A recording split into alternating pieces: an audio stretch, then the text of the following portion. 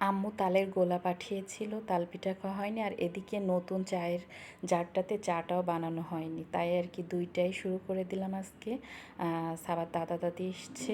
আসসালামু আলাইকুম, welcome to my another blog. কেমন আছেন সবাই? এই তো তালের পিঠা বানানোর জন্য সব কিছু উপকরণ নিয়ে নিয়েছি। চাউলের গুঁড়া, গুড়, তারপরে তালের গোলা, নারিকেল, সবই। যেহেতু সাবার দাদা দাদি এসছে বাসায়, আম্মু বলল যে একটু পিঠা বানিয়ে দিই, আর ফ্রিজে সব উপকরণ ছিলই, সেই জন্য আর দেরি করলাম না। বৃষ্টির দিন একটু পিঠাও খেতে মন চাচ্ছিল, তো আম্মুই সব কিছু মানে করে দিবে, আর আমি তো শুধু ভিডিওটাই যা করছি। তো এরপর এই যে এগুলা দিয়ে একবারে আম্মু সুন্দর করে একটা মিশ্রণ করে নিচ্ছে, তারপরে গুড়টা দিয়ে তাহলে যে হচ্ছে ডোটা হবে সেটা আর কি করবে। তো গুড়টাও বেশ সুন্দর ছিল, বেশ দানাদার ছিল, আর হচ্ছে কালারটাও ভালো ছিল, যার জন্য পিঠার কালারটা অনেক সুন্দর এসছে।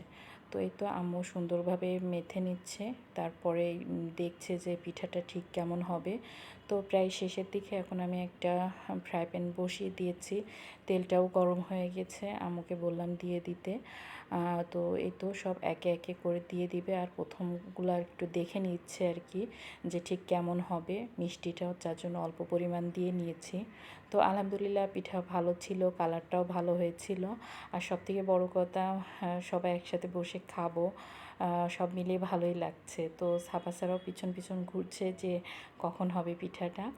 আর হচ্ছে এদিকে প্রচুর বৃষ্টি বিকালের দিকে যেহেতু, আর আজ 2 দিন তো বৃষ্টিটা হয়েই যাচ্ছে সেইভাবে। তো পিঠাটা আমি একটু টেস্ট করে দেখছিলাম, যে তারপর আম্মুকে বললাম না বেশ সুন্দর হয়েছে। তো এদিকে সাপাসারাকেও দিয়ে আসবো। আর এত পরিমাণ বৃষ্টি হচ্ছে বারান্দায়, যে আমি বৃষ্টি দেখছি আর ভাবছি যে পিঠা হলো আর একটু চা হবে না। তো ভাবলাম যে একটু নতুন ওই কেটলিতে বানিয়ে ফেলি, যে জারটা কিনেছিলাম অনেক দিনই হয়ে গেছে কিন্তু বানানো হয়নি। তো যেই কথা সেই কাজ, আম্মু বলছে দেখো ভেঙে না যায়, ফেটে না যায়, এটাই করার দরকার কি ছিল।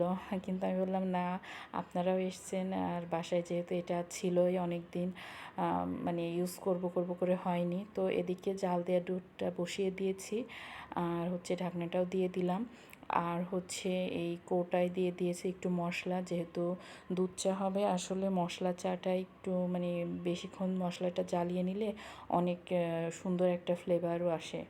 তো এরপর এটা অনেকক্ষণ জাল করার পর বেশ ভালোই লাগছে দেখতে, আর আমি বারবার এটাই দেখছিলাম, কিন্তু দুধটা ওইভাবে পড়েও যাচ্ছে না, আর মাসাল্লাহ বেশ সুন্দর হয়েছে। আর এরপরের থেকে ভেবেছি এটাতেই বানাবো, মানে মানে খুব ইয়ে হয়েছে, ইজি হয়েছে, আর ভিতরে সব কিছু দিয়ে দিয়েছি, বাইরেও যাচ্ছে না।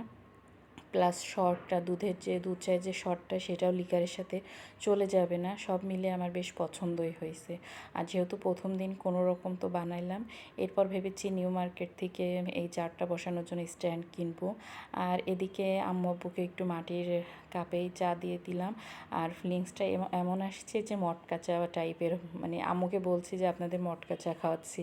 তো এর সাথে একটু টোস্টও ছিল, আর ওর দাদুকে দিচ্ছে, আর বলছে আব্বু খেয়ে বলেন কেমন হয়েছে।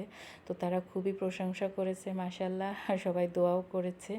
আর এই তো আজকের ব্লগটি এ পর্যন্তই, কেমন হলো সবাই জানাবেন, আর যারা নতুন দেখছেন অবশ্যই ফলো দিয়ে রাখবেন, আর আমার এই চায়ের কেটলিটি কেমন হয়েছে অবশ্যই কমেন্ট করে জানাবেন। আসসালাম।